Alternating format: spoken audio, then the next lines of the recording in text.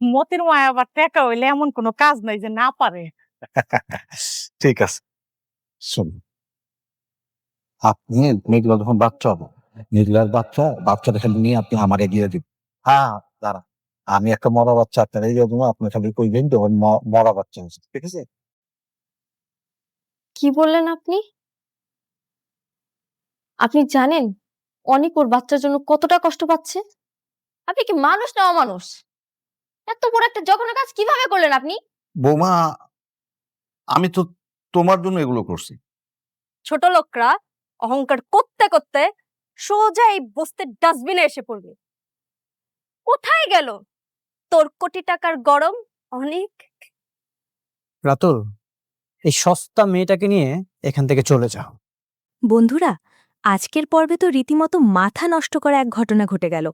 আমরা সবাই যেটা ভেবেছিলাম, গল্প কিন্তু সেই পথে হাঁটেনি।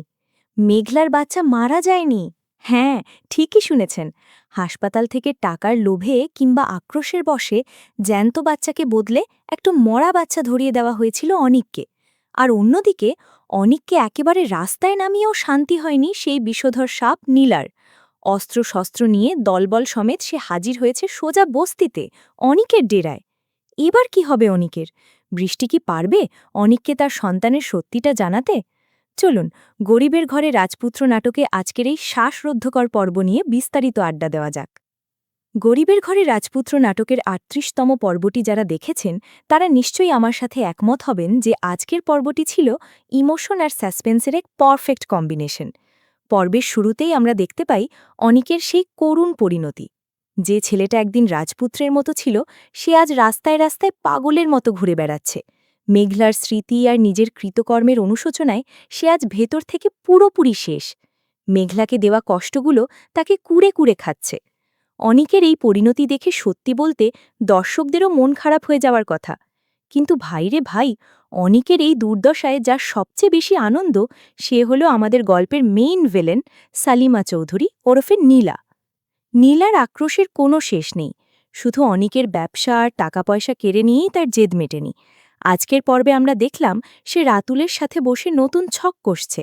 নীলার সোজা কথা, অনিককে সে তিলে তিলে মরতে দেখতে চায়। সে চায় অনেক বস্তিতে থাকুক আর তাকে আরও অপমানিত করার জন্য একটা বস্তির মেয়ের সাথেই অনিকের বিয়ে দিতে চায়। এই লেভেলের সাইকোভিলেন বাংলা নাটকে খুব কমই দেখা যায়।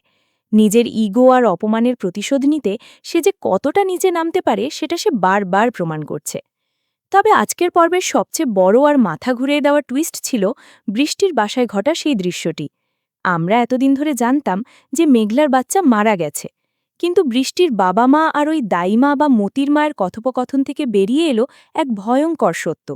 মেঘলার বাচ্চাটা আসলে জন্ম নেওয়ার পর একদম সুস্থই ছিল, কিন্তু ওই অ্যাম্বুলেন্সের ভেতরে বসে মতির মা চরম অমানবিক একটা কাজ করে।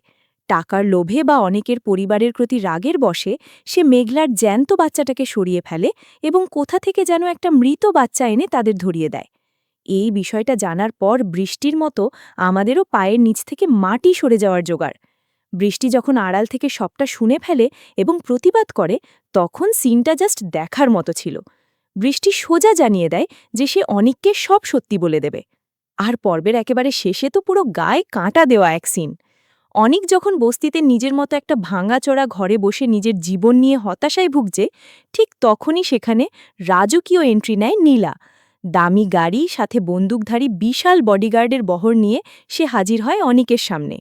অনিককে ভয় দেখানো আর নিজের ক্ষমতা জাহির করাই যে তার মূল উদ্দেশ্য, সেটা তার বডি ল্যাঙ্গুয়েজ দেখেই বোঝা যাচ্ছিল। আর ঠিক এই টান টান উত্তেজনার মুহূর্তেই পর্বটি শেষ হয়। এবার আসি সবচেয়ে এক্সাইটিং পার্টে। পরের পর্বে কি হতে পারে? আমার অ্যানালিসিস আর নাটকের গতি প্রকৃতি দেখে মনে হচ্ছে আগামী পর্বগুলোতে আমরা অনিকের এক ভয়াবহ কামব্যাক দেখতে চলেছি। প্রথমত, বস্তিতে নীলা আর অনিকের মুখোমুখি সিনটা দিয়ে পরের পর্ব শুরু হবে। নীলা হয়তো সেখানে গিয়ে অনিককে শান্তার সাথে বিয়ের প্রস্তাব দেবে বা নতুন কোনো শর্ত ছুড়ে দিয়ে তাকে অপমান করার চেষ্টা করবে।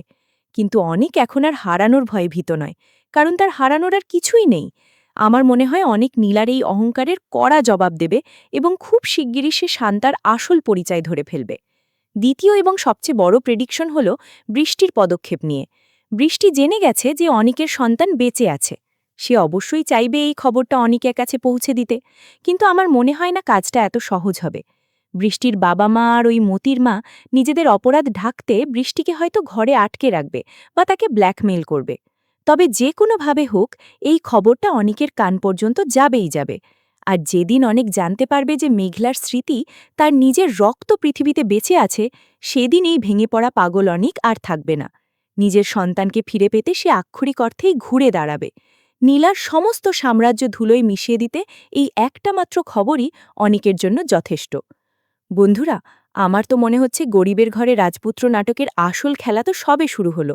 আপনাদের কি মনে হয়, বৃষ্টি কি পারবে অনিককে তার সন্তানের কথা জানাতে, নাকি মতির মা আর বৃষ্টির পরিবার নতুন কোনো চাল চালবে? নীলার এই অহংকার অনেক কিভাবে ভাঙবে বলে আপনারা মনে করেন? আপনাদের দারুণ দারুণ থিওরি আর মতামত ঝটপট নিচে কমেন্ট করে জানিয়ে দিন। রিভিউটি ভালো লাগলে ভিডিওতে একটি লাইক দিতে ভুলবেন না। আর এমন সব দারুণ দারুণ নাটকের রিভিউ, প্রেডিকশন আর এক্সক্লুসিভ আপডেট সবার আগে পেতে চ্যানেলটি এখনই সাবস্ক্রাইব করে বেল আইকনটি বাজিয়ে রাখুন। দেখা হচ্ছে পরের ভিডিওতে। ততক্ষণের জন্য ভালো থাকবেন, সুস্থ থাকবেন। আল্লাহ হাফেজ।